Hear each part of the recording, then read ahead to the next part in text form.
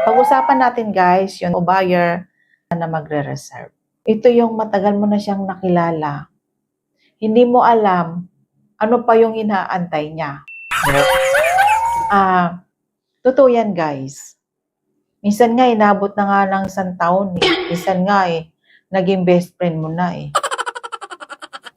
Hindi pa rin siya kumukuha. Iniisip mo tuloy, ano bang inaantay niya? Ito ba kukuha talaga o nilalaro lang ako? Mayroon talagang ganun guys.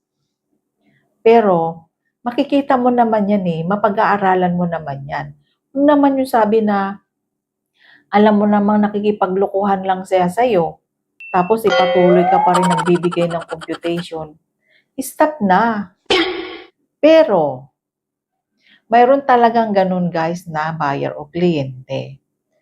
Nasabihin natin, ang mahalaga sa kanila yung pagiging pagkaibigan ninyo. Kumbaga yung rapport nyo, yung tiwala niya sa iyo. Kaya siya nag-reserve. Kaya siya kumuha ng property. Hindi niya inisip yung property muna. Ang inisip niya yung tiwala sa iyo. Ubaga mayroong ganong tao talaga, mayroong kanya-kanya kasi ng ugali yan, kanya-kanya ng pagkakaintindi nila kung bakit sila kukuha ng property. In short, sigurista sila. Yun.